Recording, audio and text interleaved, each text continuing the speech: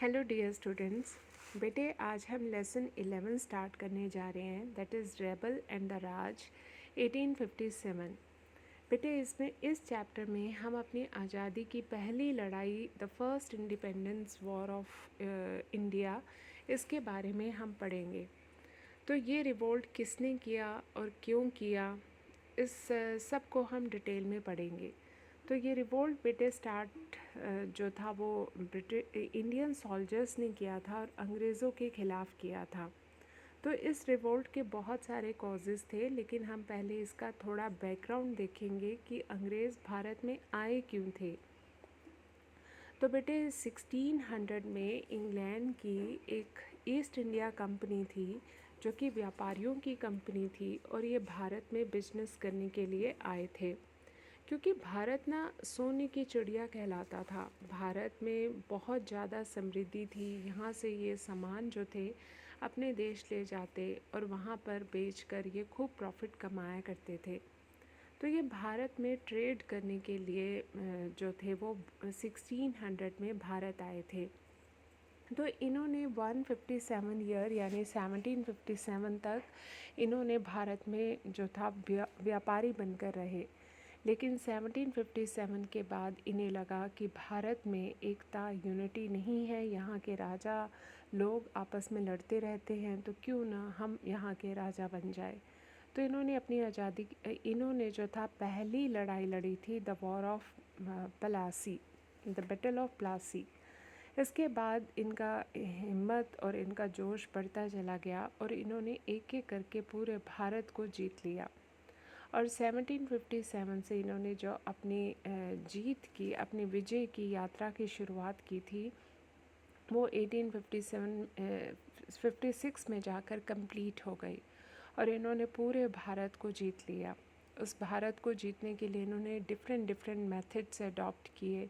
कभी इन्होंने वॉर का जो था सहारा लिया, युद्धों का सहारा लिया, तो कभी लेप्स पॉलिसी अडॉप्ट की, तो कभी सब्सिडरी अलायंस यानी सहायक संधि को अडॉप्ट किया। तो यानी इन्होंने हर उचित अनुचित तरीके अपनाकर भारत को अपना गुलाम बना लिया और यहाँ के राजा बन गए। तो इनके अगेंस्ट जो था भारतीयों ने अपनी पहली लड़ाई लड़ी थी, जिसे हम 1857 का जो है विद्रोह कहते हैं। अंग्रेज़ों की नज़र में ये रेबिलियन था, रिवोल्ट था, लेकिन भारतीयों की नज़र में ये हमारी पहली जो थी वो इंडिपेंडेंस की लड़ाई थी। तो बेटे अब हम देखते हैं कि इस इंडिपेंडेंस स्ट्रगल जो था, इसकी शुरुआत किसने की थी। तो इसकी शुरुआत बेटे मंगल पांडे नामक एक सैनिक ने की थी। वो कौन था मंगल पांडे? मंगल पांडे एक सोल्जर था जो 34th बंगाल इन्फेंट्री का सिपाही था। ये जो मतलब कैंट था, ये बैरकपुर में स्थित था। बंगाल में एक कैंट एरिया है जिसका नाम बैरकपुर है। तो वहाँ पर ये 34वीं बंगाल इन्फेंट्री के सिपाही थे। इन्होंने ना अपने रेजिमेंट के ऑफिसर लेफ्टिनेंट बाग पर अटैक कर दिया था और उसे घायल कर दिया था। तो इन्हें अरेस्ट करने के ऑर्डर दिए गए, परंतु उनके जो कंपेनियन साथी थे उन्होंने उन्हें अरेस्ट करने से मना कर दिया। The rebellion of 1857 started with the rebellion of a soldier named Mangal Pandey. He was a soldier of the 34th Bengal Infantry of the East India Company. He was posted at Barakpur, located in Bengal. He attacked the officer of the regiment, Lieutenant Bagh, and injured him. He was ordered to be arrested, but his fellow soldiers refused to arrest him. तो बेटे ये जो था मंगल पांडे थे, ठीक है। अब इन्होंने विरोध क्यों किया था, इसके पीछे एक कोज था, एक रीज़न था। बेटे क्या था कि 1856 में ना हमारे जो ये आर्मी था, उसमें एक पुराने तरह की राइफ़ल्स जो थी वो यूज़ की जाती थी। इन राइफ़ल्स पर जो था इन राइफ़ल्स में जो मतलब पुराने टाइम की राइफ़ल्स थी। तो 1856 में न्यू राइफ़ल्स मंगवाई गई, जिनको इनफील्ड राइफ़ल्स कहा जाता है।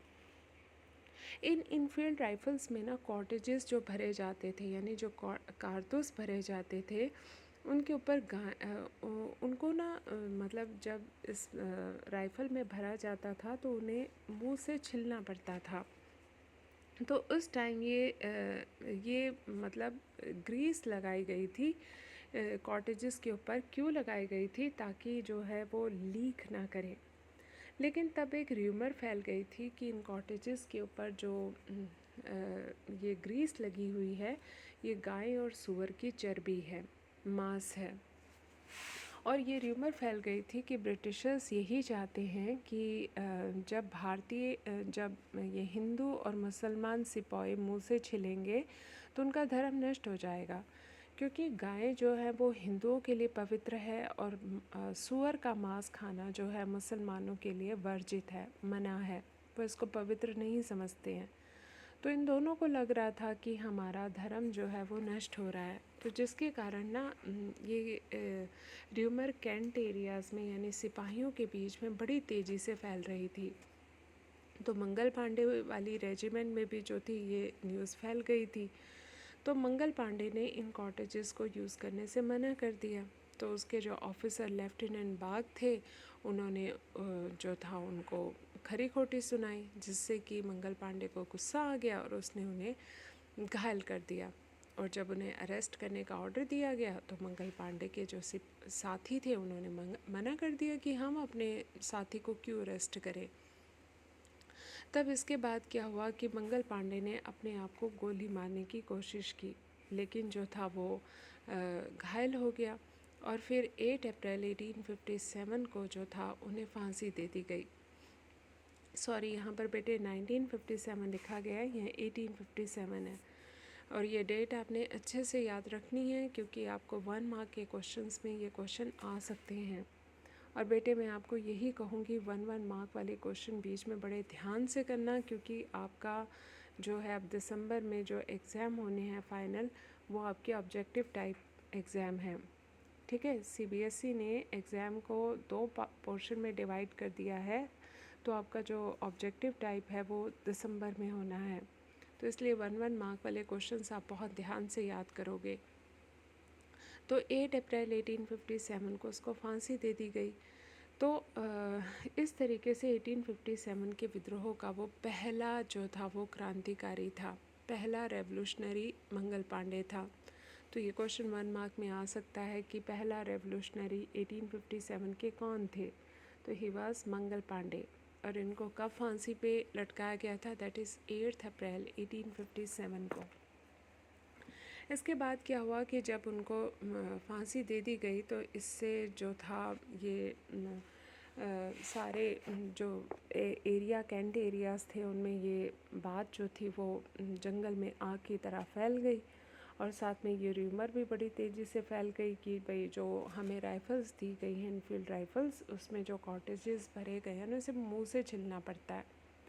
तो इस र्यूमर जो थी ये मेरठ की कैंट एरियाज़ में भी जो थी वो फैल गई। तो जिसके कारण 10 मई 1857 को मेरठ की छावनी में जो सिपाही थे उन्होंने रिवोल्ट कर दिया। और ये रिवोल्ट कहाँ से स्टार्ट हुआ? पैदल सेना से।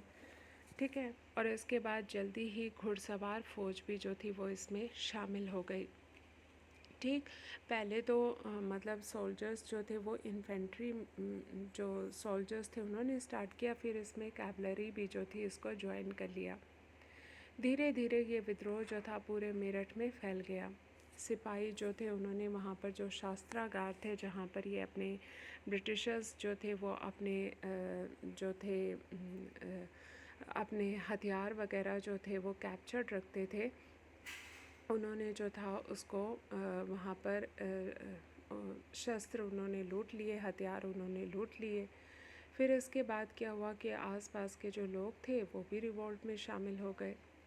इसके बाद जो था उन्होंने अंग्रेज़ों के जो हमले थे, बंगले थे, उनके ऊपर उन्होंने अटैक किया जहाँ अंग्रेज़ों के घर वगैरह थे, और काफ़ी अंग्रेज़ों को जो था वो मार दिया। तो इसके बाद क्या हुआ कि और भी जो गवर्नमेंट बिल्डिंग्स थी, जैसे रिकॉर्ड ऑफिसेस थे, पोस्ट ऑफिसेस थे, सरकारी खजाने थे, अदालत थी, तो उन सब को जो था लूटा गया और अंत में उनको तबाह कर दिया गया, उनको डिस्ट्रॉय कर दिया गया। ठीक है। इसके बाद दिल्ली में बगावत शुरू हुई। ये जो मेरठ के सिपाही थे, ये सिर्फ मेरठ में ही विद्रोह नहीं करना चाहते थे, बल्कि जो थे ये पूरे देश में इस रिवोल्ट को फैलाना चाहते थे। इसलिए सिपाहियों का एक जो ग्रुप था वो 10 मई को की रात को मेरठ से रवाना हुआ, ताकि दिल्ली में जाकर बहादुर शाह जफ़र को इस विद्रोह में शामिल कर सके। और सिपाहियों का ये जो ग्रुप था वो 11 मई को दिल्ली में स्थित लाल किले पहुंचा, क्योंकि लाल किला जो था वहीं पर मुग़ल बादशाह रहा करते थे। और जो मुग़ल बादशाह थे वो पूरे भारत के बादशाह थे। तो उस टाइम बहादुर शाह जफ़र जो थे वो मुग़ल बादशाह थे। तो ये ग्रुप जो था वो 11 मई को सुबह सुबह लाल किले पहुंचा, रेड फोर्ट पहुंचा दिल्ली में स्थित। तो उन्होंने बहादुर शाह जफ़र से बात करने की परमिशन मांगी।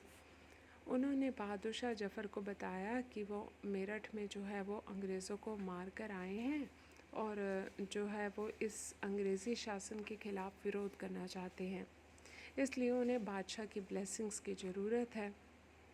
अब बादशाह क्या करते, क्योंकि वो काफ़ी ओल्ड 64 ईयर्स के थे। तो और ये ऐसी स्थिति में पहले तो वो घबराए, हेसिटेट किया, लेकिन जो ये रेवोल्यूशनरी थे वो इतने ज़्यादा मतलब उत्साहित थे कि बादशाह को के पास समर्थन करने के अलावा कोई रास्ता नहीं था।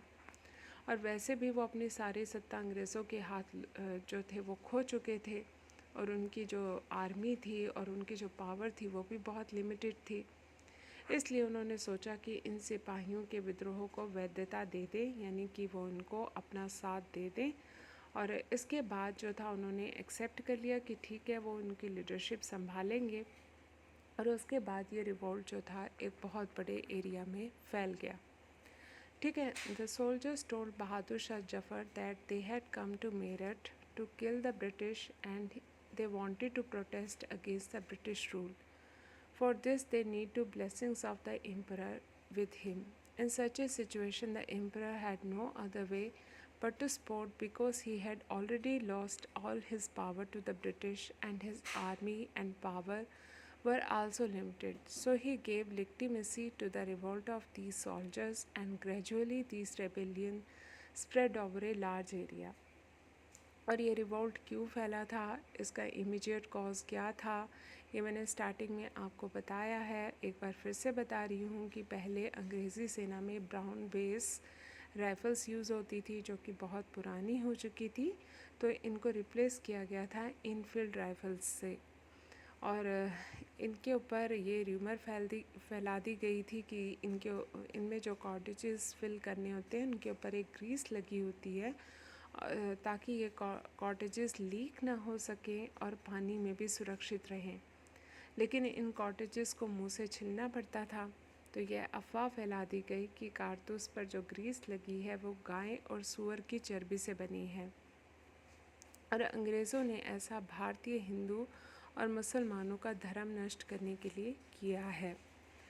तो बेटे आज हम यहीं तक करेंगे, बाकी का जो पोर्शन है वो अब हम कल करेंगे। तो आप बेटे ये लर्न करके आना क्वेश्चंस। थैंक यू बेटा, thank you for watching the video.